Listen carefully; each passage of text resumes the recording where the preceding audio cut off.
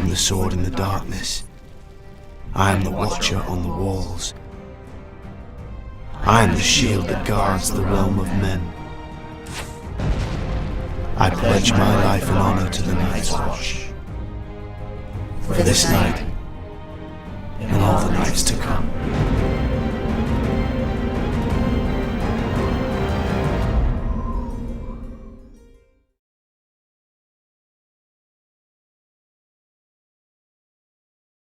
High in the halls of the kings who are gone, Jenny would dance with her ghosts, the ones she had lost and the ones she had found, and the ones who had loved her the most, the ones who'd been gone for so very long.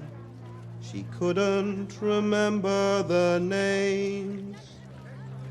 They spun her around on the damp old stones, spun away all her sorrow and pain.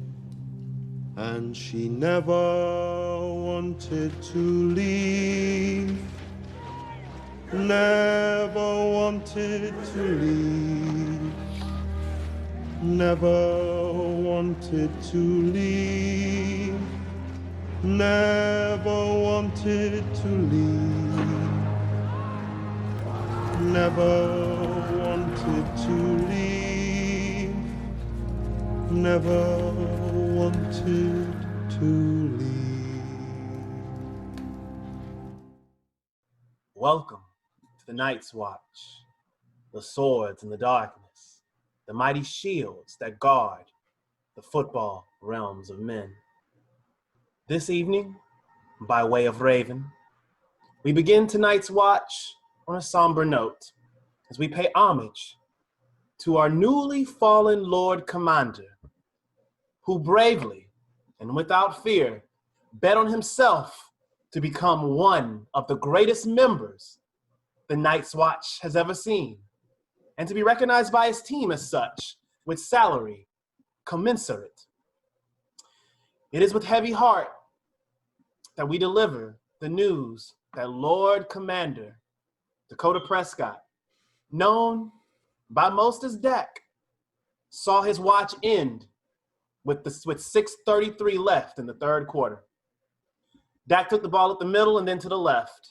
As he tried to stiff arm a defender, his right leg became trapped under falling bodies. The injury, too gruesome to recount. But know that our Lord Commander Dakota Prescott is finished for the year with a compound fracture and dislocation of the right ankle. Guys, this was really fucking hard to watch. It's hard to see. Dak was really making a strong showing to being paid as one of the best quarterbacks in the NFL. And now this injury has seemed to derail a lot of those hopes and aspirations, and probably the hopes for the Cowboys this season, although we're going to talk a little bit about maybe replacements for Dak. So maybe the backup is someone that's worth looking at in terms of fantasy. But, you know, this sucks. This sucks. You know, we just gave Dak Prescott, just made him Lord Commander, and then he goes out and this happens. I mean, before we even talk about fantasy, guys, like your thoughts on the injury, on Dak, on just the blazing celestial start he had to this season, given the adversities that he was facing. I saw the injury. I don't even really want to even discuss how it looked, but just either one of you, Grant, you can start, I guess. You know, any ideas and thoughts about this Dak injury? I too was watching that game while it happened, and it's one of those you saw and you know instantly that it's going to be a wrap for the rest of the season at least. You hope that it's not worse for his career or for his life otherwise. Being someone who, I don't know much, we always have like our own personal injury stories, or at least I do. Being a compound fracture victim myself as a child, my wrist, my arm, like poking out the skin, seeing that shit is not a good thing that anyone wants to see. I blame that to this day why I have no left-hand dribbling in basketball. So, we just hope to see him come back. The celestial start that you referred to earlier this year, you can't take any of that away from him. A lot of people have been trying to lay that at the feet of his defense. He has to have that ball a lot, but you got to put it on people for them to catch it. You got to be throwing it in the end zone for them points. So, he played the cards that he was dealt, and he was playing them deftly. So, we hope the best for him, and we hope he come back. It's not a lot of times that I'll say good things about Cowboys, but we alternate. We're all behind the pod Twitter and stuff, but I think we came out right out then. The only thing the Cowboys can do right by Dak right now is pay him. It's not going to happen. Pay him, sign Kaepernick, give Kaepernick a shot to play, son. Make it seem like you have a heart for some black people, Jerry Jones. Do something, man. Just, it's fucking sad day, man. We hope he gets paid. Yeah. Lionel, did you get a chance did you see the injury? Like, So there's two things. So one, I was somebody who knew who Dak Prescott was before people knew who Dak Prescott was, because Dak Prescott played at Mississippi State, which is in the SEC West. So I see every single team and every single player that plays in the SEC West every single season. And Dak was the quarterback of the team at least for 2 seasons in which he was he produced really well as a college player. One of those seasons, he was literally one of the teams in which Ole Miss also did, but the state of Mississippi took over college football for 3/4 of the season that year. It was some wild shit. This has never happened before. It'll never happen again. And they shot the bed. But Dak Prescott was behind Mississippi State being at that level essentially. So I knew who he was. I thought he was a good player. I thought he was really tough. I think was one of the things. He threw the ball. It wasn't amazingly, it wasn't otherworldly. It wasn't Mahomes. It wasn't Drew Brees' accuracy. It wasn't anything to that level. But he threw the ball and made the throws, and you knew he could play on the next level. And he had mobility and could run and get those hard yards, right? And then I really am somebody, because I saw him and kind of saw his path to becoming the starter. I saw him come in as a rookie, get drafted. I don't remember what round it was, but I know it was late. I know when he became the starter, it was because Tony Romo got hurt. He was thrown into a position. Nobody wanted him in there, right? Mm-hmm. And now he's literally the face of the franchise, you could argue he is at this point, beyond any other Cowboy I can think of on the team. Even more than Zeke?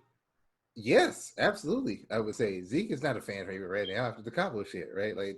No fault to his own. He did what he had to do, but that's how the game is played.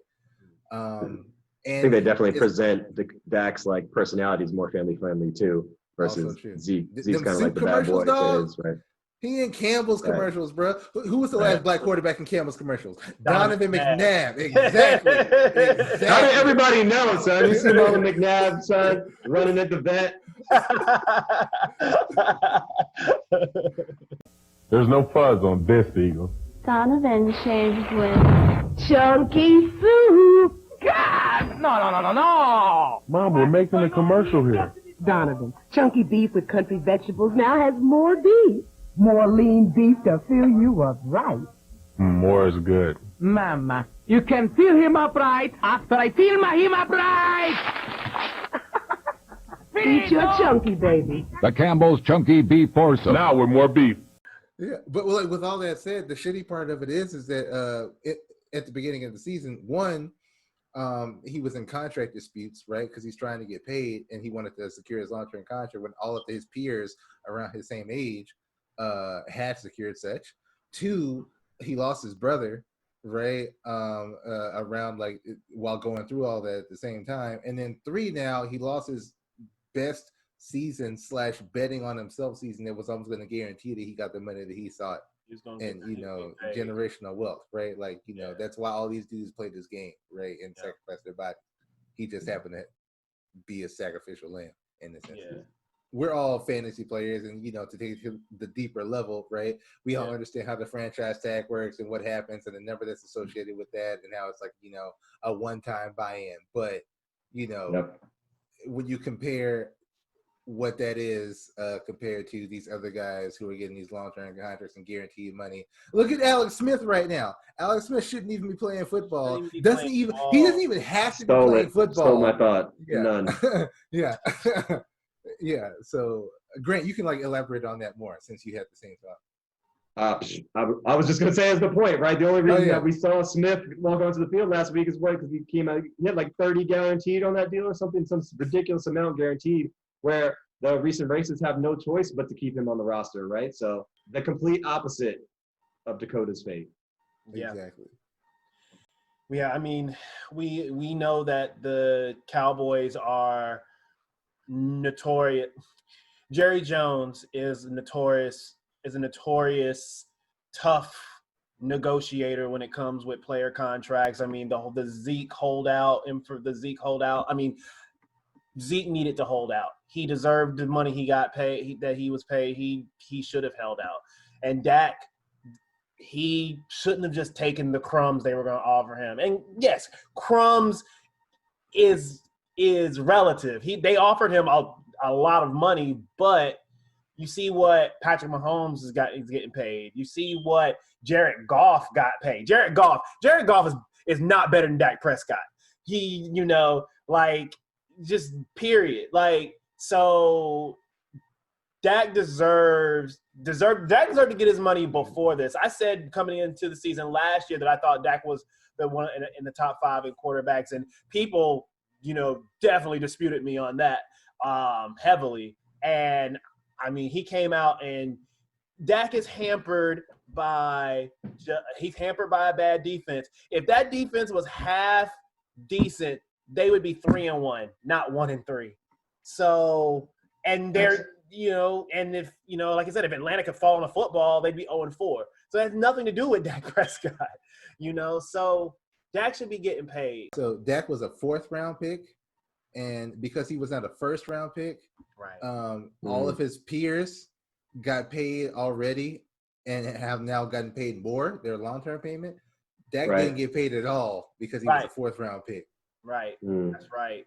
Right. But to your point about Jones not playing players, though, maybe it's just me. I don't recall any hubbub about paying Tony Romo, paying Troy Aikman. I sure do remember about paying T.O., paying Emmitt Smith at the end of the Hall of Fame career. I'm sure Mike Irving probably got into a situation like that with him, Sure.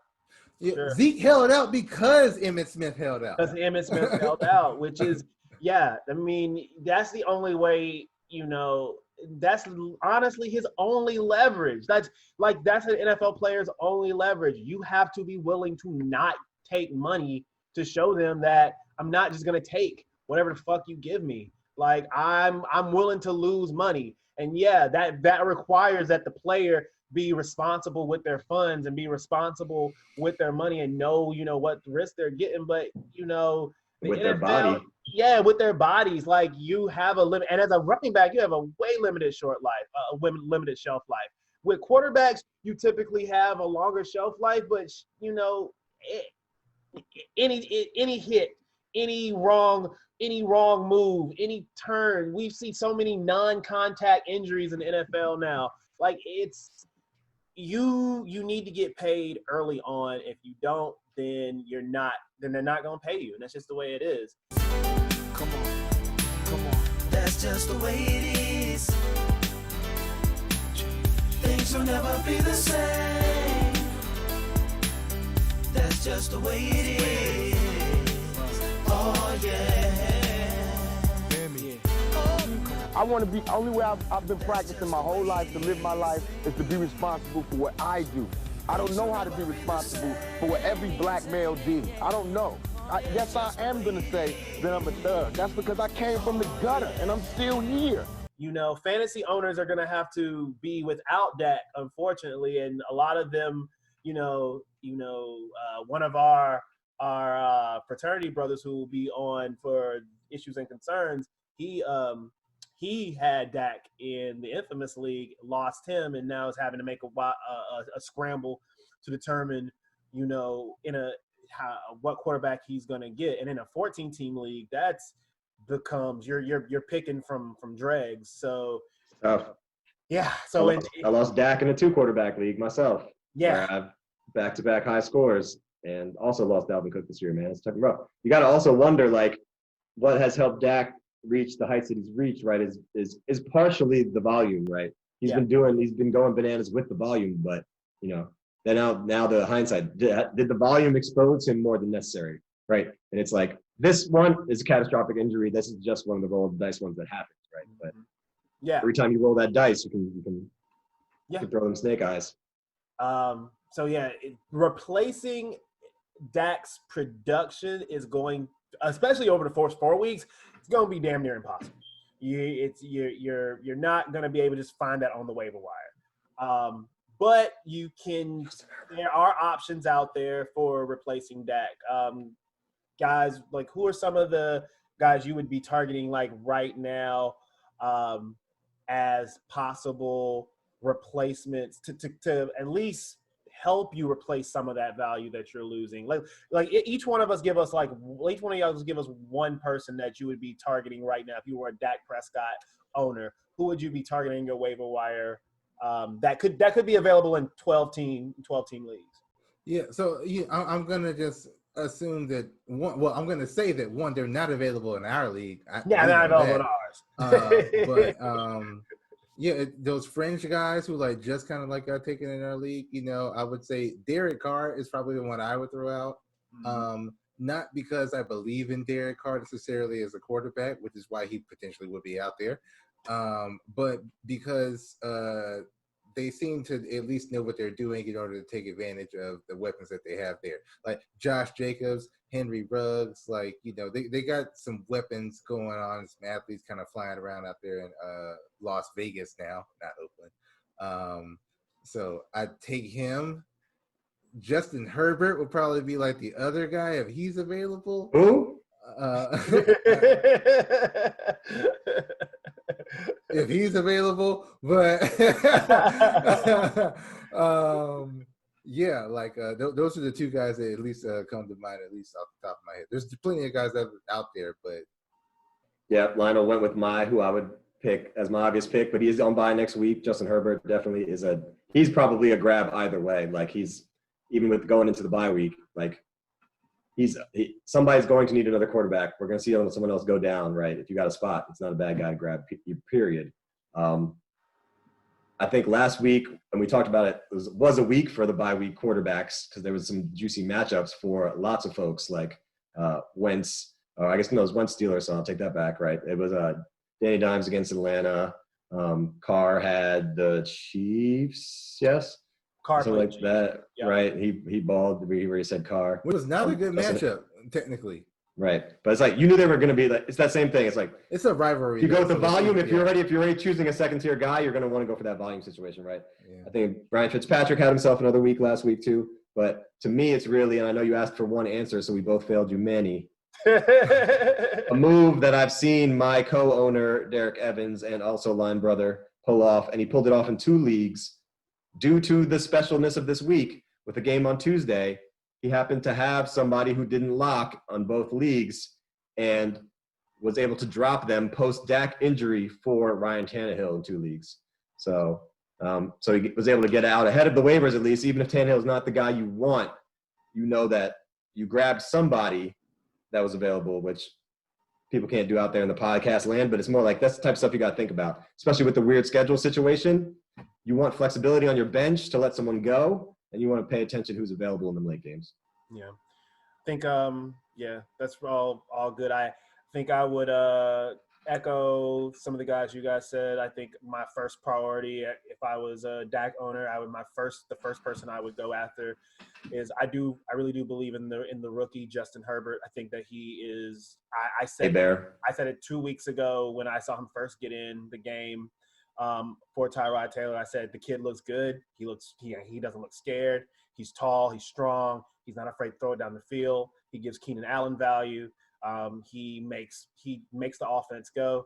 I think that he is, if you can grab him off your waiver wires, he is the first target that I would go. Then second would probably be Derek Carr. He wears Black Lives Matter on his helmet. He does have that. So that is also a big plus. Derek Carr, I think that's what going with Lionel would be my second choice. I think that, the addition of Henry Ruggs adds an element, as a deep element to that offense. And then, Josh Jacobs is still good. Darren Waller is still good. So, and Waller. I see the Raiders being in trouble enough that he's going to throw the ball a lot. My choice, for if you can't get either one of those, is someone that we'll be talking about later on in the Night's Watch. Plays for a team in Charlotte, North Carolina, and his name would Queen City. The Queen City. He wears 2 gloves and is currently has won 3 games in a row. And his name would be Teddy Bridgewater, Willie Beeman. Come on, my name is Willie Beeman. I keep the ladies creaming, and all my fans got me screaming. You can defeat me, you're dreaming. Teddy Bridgewater. I think that I think he warrants attention and warrants a pickup if you are struggling. You can't get one of those top 2 choices. Then I think he's worthy of looking at as a Dak replacement. He's not gonna kill you. He's not gonna kill your lineup. He's pretty steady Eddie. Very efficient with the football. He has weapons. You always want an offense that can score points, and the Carolina Panthers have had no problem scoring points this year. So you want somebody that's gonna protect the football. Is gonna take chances down the field, and is going to be on a winning offense. So I think those are some options for you guys. On a winning offense, he just slides that in there like Carolina Panthers winning offense. So Respect that. I respect that. Those are some of the collar off that. I mean, look, the pundits said that we were going to be the worst team in our division this year. Probably one of the worst teams in the league. So I'm very, very happy to see that Matt Rule is living up to his moniker of coming in and fixing programs. He did it at Baylor. He did it at Temple. And Baylor was a fucking dumpster fire. He came in there and turned that shit around. So he's coming to turn around the Carolina Panthers, and I'm very, very excited. He made Robbie Anderson come alive. He tried to recruit DJ Moore to Baylor, and DJ Moore said, "Nah." Went to Maryland, and now he's coaching DJ Moore. So it all worked out in the end. But yeah, those are Teddy Bridgewater, Derek Carr, Justin Herbert, and then if you can't get those guys, then I just recommend you stream quarterbacks, because that's probably what a lot of you Dak owners are going to probably have to do in deeper leagues or in leagues that are particularly competitive. It's a lot of those guys would be already gone. I do think even if you get any of those guys, are probably in streamer quarterback territory, really, unless Teddy or Justin Herbert are able to give you some consistency out of that. So I also wouldn't be afraid to do that. And I think we talked about everyone, right? We didn't talk about Andy Dalton, like not a fun guy to play in fantasy, but capable of giving you them Ryan Fitzpatrick weeks. Andy Dalton, he's not, the greatest quarterback, but even when he played in Cincinnati and you gave him weapons, they were able to make the playoffs. Like he had AJ Green and I forgot the tight end, Tyler Eifert, and those guys out there. He was able to make the playoffs. So he has way better weapons in Dallas. So it seems like he should honestly be better. So he didn't look too bad when he got into the game for Dak. So he stopped them from losing. Yeah. They almost lost to the Giants, dog. Yeah. It was one of the few picks I made right last week. So, sad out here. Dak is definitely going to be missed. Really did enjoy watching him play on Sundays or Mondays, or Tuesdays or Thursdays. Didn't even get to see him on Tuesday. Whenever days. Yeah, whenever days. We got to see him on Tuesday. Yep. So, best wishes to Dak, and speedy recovery. This is tough to say, but Dak, on behalf of the Night's Watch,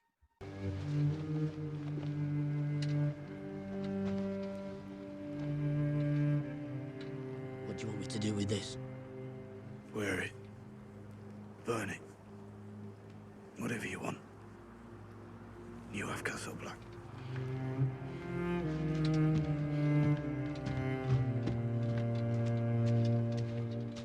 My watch is ended.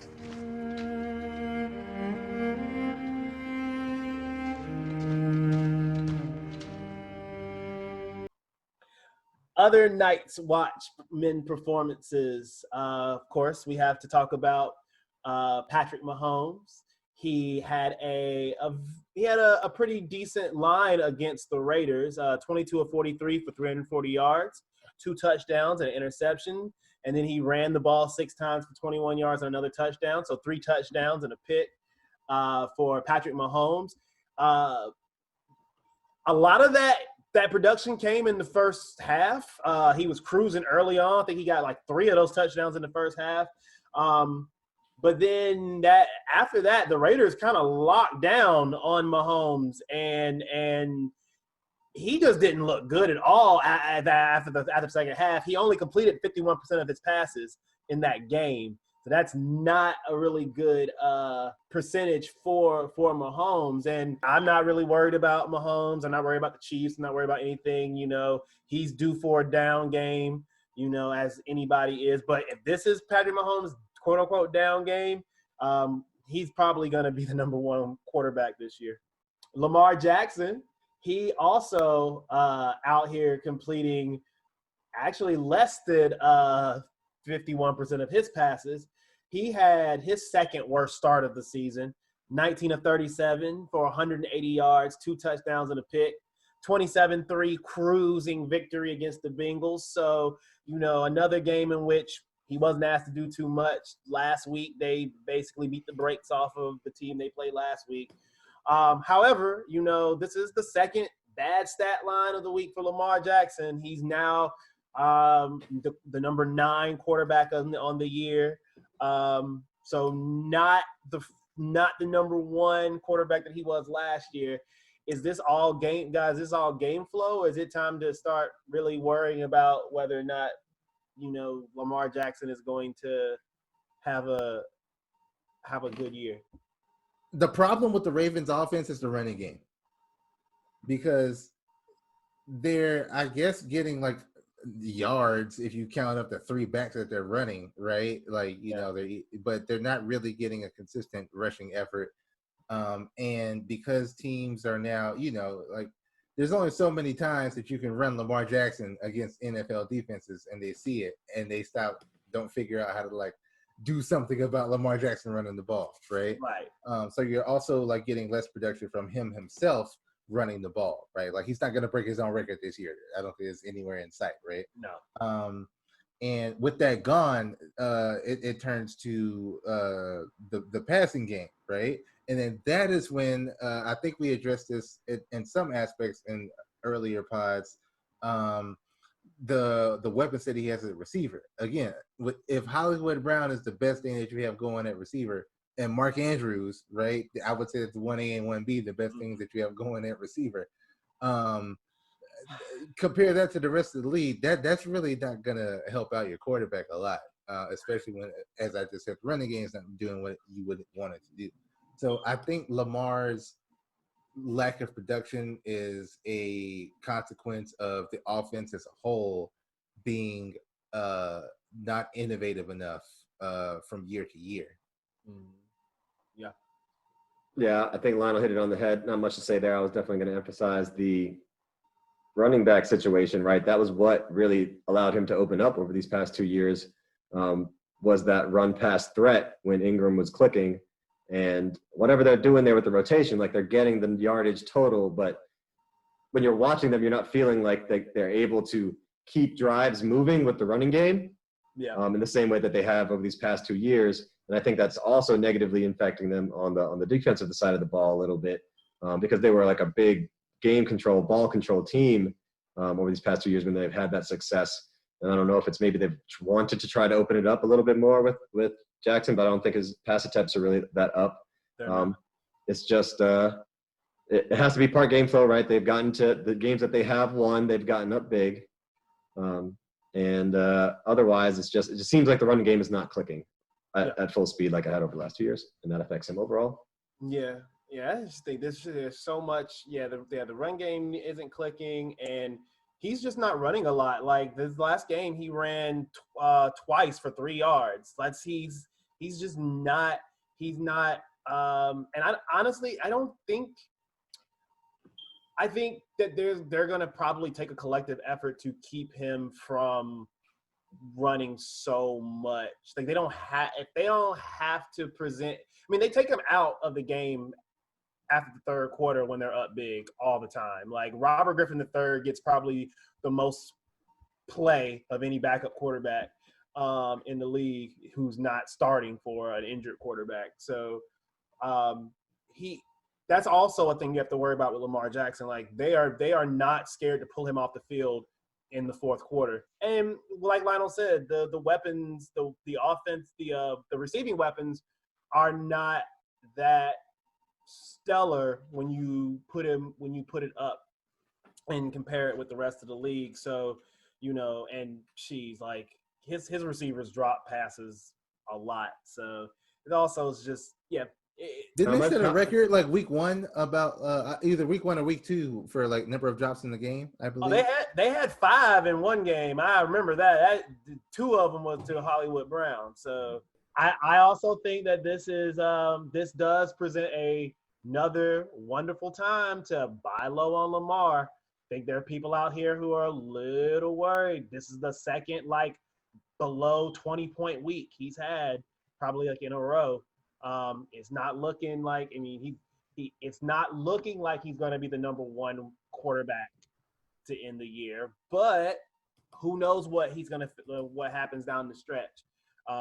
You might not be able to have to give up too much for him. I think if you can acquire Lamar Jackson without giving up, a top 12 asset, I would certainly give it a shot. See how the owner is feeling. Maybe this owner has a backup quarterback that. I mean, if they're like me, they didn't have a backup quarterback for Lamar Jackson. But if they do have a backup quarterback, it's probably somebody. If it's somebody like Justin Herbert or maybe they got a Brady late, somebody like that, they might be willing to move on Lamar Jackson. Like, yeah, I'll roll with this backup, and if I can upgrade somewhere else. So see if you can go get Lamar Jackson off somebody. I think this is a perfect time to get him. Would you, for Lamar Jackson, take one of those quarterbacks which we came into the season lower on, and like a supporting, maybe a waiver wire pickup recently situation, like a Drew Brees and some sort of RB2, wide receiver 2, depending on what you're looking at? Yeah, I mean that's the type of trade that that was type of offer I would be expecting to get. I mean, a downgrade in quarterback, but also an upgrade at another position that I need. Right. Or just another asset, like any of these running backs that are now coming into roles over these past set of injuries. Yeah. Or new ones, I don't know, like a Damian Harris, a Joshua Kelly. I wouldn't go that right. much. I wouldn't go that much. I'd be looking at Drew Brees and James Robinson. Drew Brees and Melvin Gordon. Melvin Gordon. I would be looking in that realm. If I needed a wide receiver and I needed a quarterback, let's say some sort of Drew Brees or Matt Ryan-esque type, and then throw in I don't know, wide receivers. Drew Brees and Robbie Anderson? I'd probably want a little more. I'd probably ask you for DJ Moore. You're still valuing Moore over Robinson. Yes, but I mean that's not how it's looking in Carolina. I believe in DJ Moore's talent that he's going to get his later, because people are going to start teaming on Robbie Anderson, and that should open up a little bit for DJ. Yep. They were basically priced the same in DraftKings last weekend, and they were both less than $6,000. They were great value plays last weekend. I think it's a perfect time to buy low. Lionel, would you are you trying to? Okay, Lionel, would you be selling Lamar Jackson right now? Me? No, but I would be trying to buy him. Okay. Yes, especially on a buy low aspect that you just said. I think that he's going to trend upwards as the season goes on. Like I feel like their offense is underperforming right now based on the talent that they have. Yeah. Even though the weapons aren't there from the passing standpoint, I think from a running game standpoint, Lamar included, it's underperforming. Right. Russell Wilson. Russell Wilson is out here still doing Russell Wilson things. Little magician, 20 for 32 for 217 yards, 3 touchdowns and a pick. Then he ran the ball 6 times for 58 yards, a win against the Vikings. They struggled to start this game off. Vikings defense came to play, but Russell, after the half, came out firing. Another MVP caliber performance. It looks to be that he has a new favorite target out there in one DK Metcalf. Donkey Kong. It looks like it. And the reason I say that is not just because the stat line says it, that DK Metcalf had 2 big touchdowns that game, and including a big grab as they were driving down the field to try to ice the game.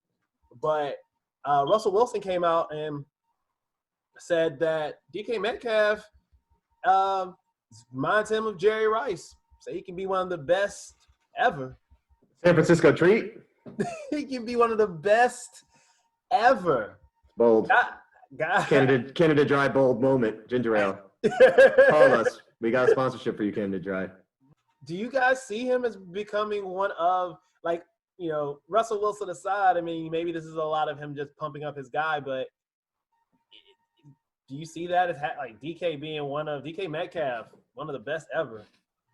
Not really. I will say that I'll say that he has a great quarterback. But after that, I think that's pretty much the only advantage that he really has in this day and age. Like when you compare somebody to one of the greatest players of all time, right? Like, is DK Metcalf doing what Randy Moss was doing? Because I think Randy Moss is, in my opinion, the only receiver that you can really compare to Jerry Rice.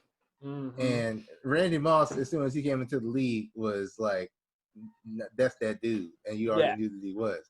Yeah. DK Metcalf is not, we don't look at him as that's that dude. Like, besides the point, like, I'm just saying, like, other receivers, like rookie receivers who just got into the league are putting up astronomical numbers, like, this season, and have been, like, several seasons, in the past.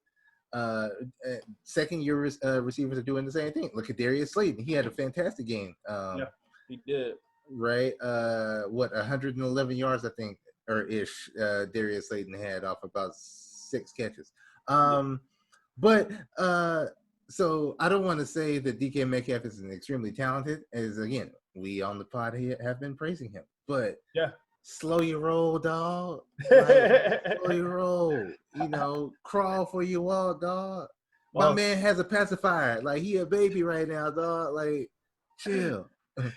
DK could have had 3 touchdowns this game. He dropped a touchdown to play before. So. Crawl, like, is Jerry Rice dropping it? Like, we should have led with this. Don't know with him. I was like, do we consider DK Metcalf the best receiver in the league right now? No. Exactly, right? DeAndre Hopkins is the best receiver in the league right now. Right. So, yeah, I mean, love Russ for saying it. Glad that they're building that relationship. We want to see something. And especially if it's interesting you made the Moss comparison, because when I think back to seeing both those guys play, like, to me, their games are way different, right? Mm-hmm. Jerry Rice was the tactician with the routes. He could do it all. He's going over the middle, and he's still going to beat you deep with more of, like, the route running and the ingenuity there than necessarily just the breakaway speed, right? Yeah. Randy Moss was fly route, and he's a giant. He's going by you, and he's tall, and he's got fucking soft-ass hands, right? Yeah. So, like, they're both dominant, but in slightly different ways. I would say Metcalf, if anything, molds more towards the Moss with bulk, right? Where he's gonna fly by you, he's gonna go up for it, and he's gonna run you over. But does he have the hands like either of those guys? That's what I don't know. I haven't seen it that way yet.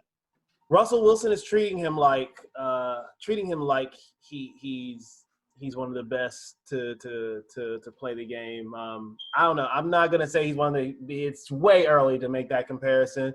I think that's very bold. For Russell to say that. So, but that does raise the question now of who would you rather have now on that? This is DK Metcalf or Tyler Lockett. I think it might be clear it's DK Metcalf now.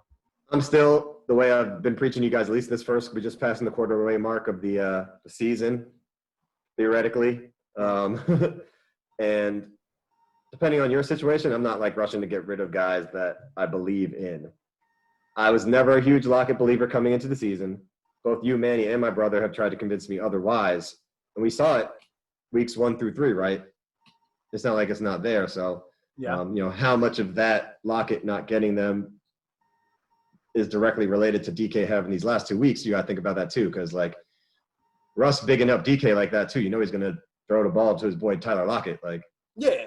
So, I feel like it's hard to get off of either of them, especially with Lockett's value being depressed after 2 weeks in a row. It's like you gotta wait till he pops at least again if you're going to want to move him. Lionel, who do you think is better to own? Who would you rather have to own in this right now, DK Metcalf or Tyler Lockett? Right now, I would just say I'd rather. Or let me answer this in the context of our league and in the context of like a typical 12-team league. So in our league, I'd rather have Metcalf because I'm pretty sure that Metcalf would have a greater keeper value than Tyler Lockett. And so what that would mean is that like, and I also think that like they were pretty much produced about the same. Like I don't think that over the course of the rest of the season, based on how it's been so far, I think it's been basically 3 weeks for Lockett, 2 weeks for Metcalf. You can argue it's their production. That's effectively a split of like the first 5 weeks. Well, I mean, Metcalf has been kind of good every week. Also, yeah. Well, I guess in terms of like who was like the stud that you want to like put out there, that week. That's the pretty how I would look at it. And that's going to be kind of the same thing here because like it's very hard to have 2 stud receivers in one offense on a week. Yes. When Russell's throwing 5 touchdowns a week, that's why that kind of conflated the earlier argument. But, he had to calm down and regress to the mean a little bit there. Right. He still is balling. But I'd definitely rather have Metcalf because he's younger. When it comes to like a 12-team league, I'd probably rather have Metcalf because I am also somebody who's not really high on Lockett. I think that he's my favorite term, high floor, low ceiling guy. Like I don't think Lockett's really gonna do anything super spectacular. Whereas DK Metcalf has the potential to do so. Yeah, I mean, I'm probably of the 3 of us the highest on Tyler Lockett, and right now, I would rather have shares of DK Metcalf. Just think that, I mean, when the quarterback comes out and says that this guy is going to be one of the best to ever do it, that means to me, he's going to be looking at this guy on third downs. He's going to be looking at this guy in on 2-minute drives. He's going to be looking at this guy anytime he needs to make a play. Russell Wilson is going to be looking for DK Metcalf. So, I wouldn't be surprised if he out-targets Tyler Lockett the rest of the way. I wouldn't be surprised if he outscores Tyler Lockett the rest of the way. This is just, I mean, I'm not trying to I don't think Tyler Lockett will be bad. I don't think you should, like, trade him for a hill of beans. But I think of the two, I'd rather that Metcalf excites me a lot more right now than Tyler Lockett. But, I mean, I think they'll both be good. Moving to Kyler Murray in the Arizona offense, Kyler had a pretty decent showing against the Jets, 27 of 37 for 380, a touchdown and a pick, 9 rushes for 31 yards, and another touchdown on the ground. Makes the 5th week in a row this guy has put one in the end zone on the ground. 30-10 win. This was one of his this was the 6th time this season that Murray has eclipsed 300 yards. Oh, sorry, 6th time in his career that he has eclipsed 300 yards in passing. So pretty good considering that his career started last year. So Kyler Murray, like we said last week, that he has a high floor and a high ceiling. So he's a guy that looks like he's on the verge of a breakthrough this season. They gave him unlike Deshaun Watson, they actually gave him a weapon. So he's going to be able to bolster his stats this year. Nothing new on Kyler Murray on my end. I just think that he's every week start. You're happy if you got him. If you got him in a keeper league, he's probably somebody you're holding on to for a little while. And yeah, that's it. Just he's pretty solid. Deshaun Watson. Speaking of Deshaun Watson, he had kind of a little FU game after his coach got fired. He went 25 of 35, 359 yards, 3 touchdowns. Did throw 2 picks, but they won the game over the Jags. His second 300-yard game of the season. All his touchdowns came on deep shots to his receivers, so he was throwing that thing pretty deep. It looks like the Deshaun is gonna start. I think it's looking like he's gonna start taking the offense into his own hands a little bit more. So that could be very, very good for you in the fantasy. On the fantasy side, it does look like, however, I think this year he's gonna have he's gonna have quite a few turnovers. So if your league penalizes you heavily for turnovers, you got to watch that. But consider. Yeah, but I think that he's going to be pretty good. Are you guys see a Deshaun Watson bounce back coming? I hope so. No, I think that so I don't know if you guys have been like hearing the rumors, but I know that one of the candidates for the head coaching job in Houston is Eric Bieniemy. Yeah, I like that. Yeah, and I'm saying that if that happens, then I absolutely believe that there will be a significant Deshaun Watson turn. However, I think even if that does not happen and they continue on in the interim situation such as now, as I alluded to, what was it, last pod, I think, or the pod before, there was something about that situation that was just wrong. It was funky. They were 0-4, like terrible, right? And it all started. The buck stopped and started and ended with Bill O'Brien, and now he's gone. Like I can imagine that. Like if I'm a player on that team, as soon as I heard that Bill O'Brien got fired, I'm just like, "Hey, let's grill some steaks today." Like we And then, so I think that Deshaun's going to be better off. Like this is his best game from a fantasy standpoint. It was his best game of the season after Bill O'Brien got fired. Not a coincidence. Not. FU game to Bill. Like, yo, you hold me back. Now the chains are off. Django Unchained. You really want me to shake your hand? I insist. If you insist.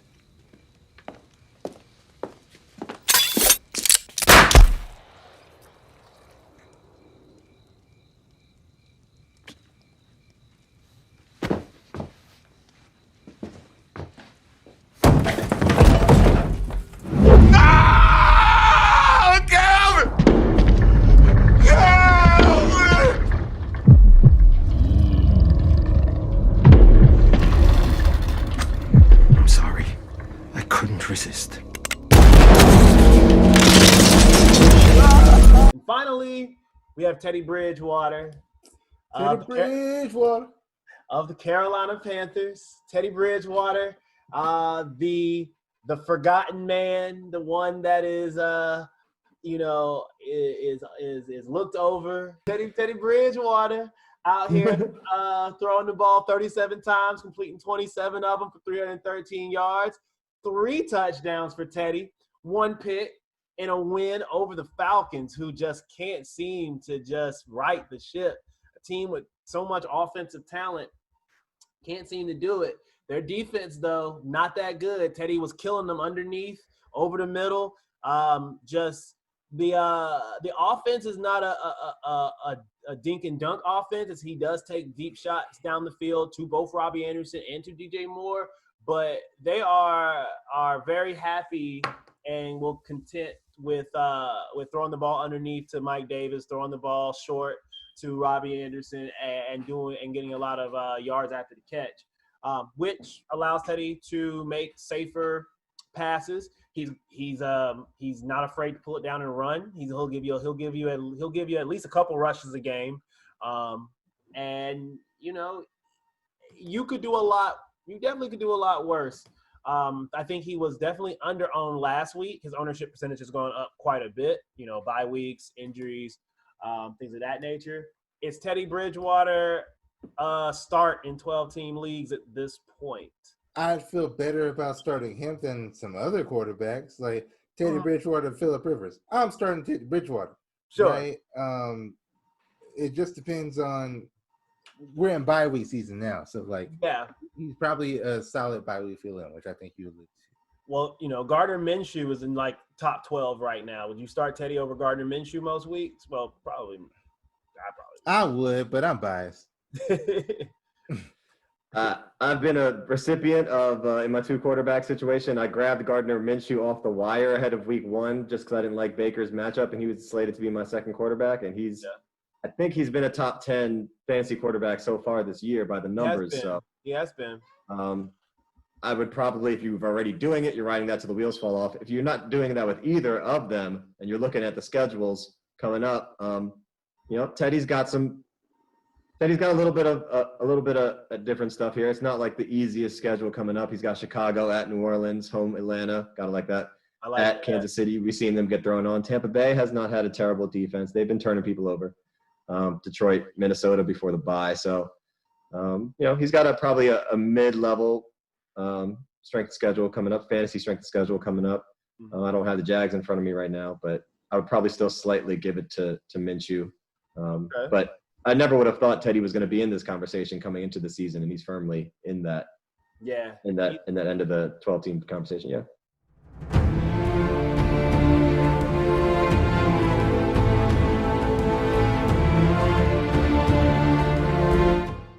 And that, gentlemen, concludes the members of the Night's Watch that are in consideration for Lord Commander. It is Lord Patrick Mahomes, Lord Lamar Jackson, Lord Russell Wilson, Lord Kyler Murray, Lord Deshaun Watson, and Lord Teddy Bridgewater. Those are the candidates for Lord Commander.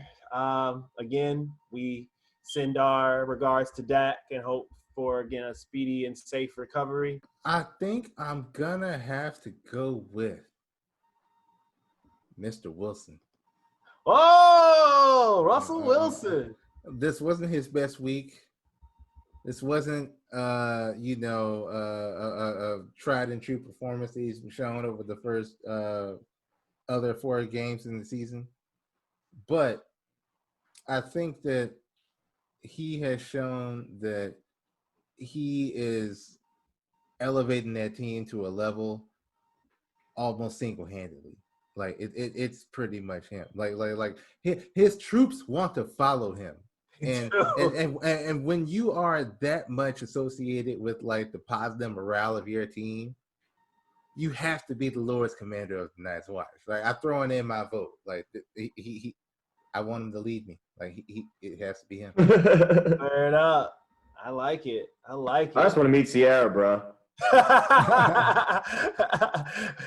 Russ, you and Sierra have an open invite to come on this pod at any point.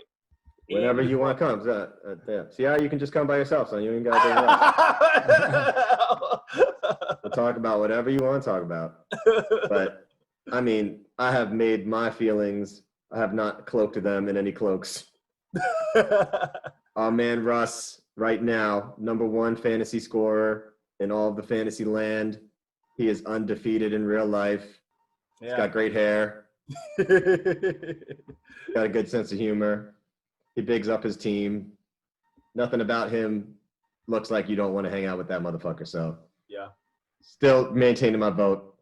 You should have never cursed Dak with that type of responsibility last week. Look, I blame both of y'all for that shit. Bring some structure back to the watch.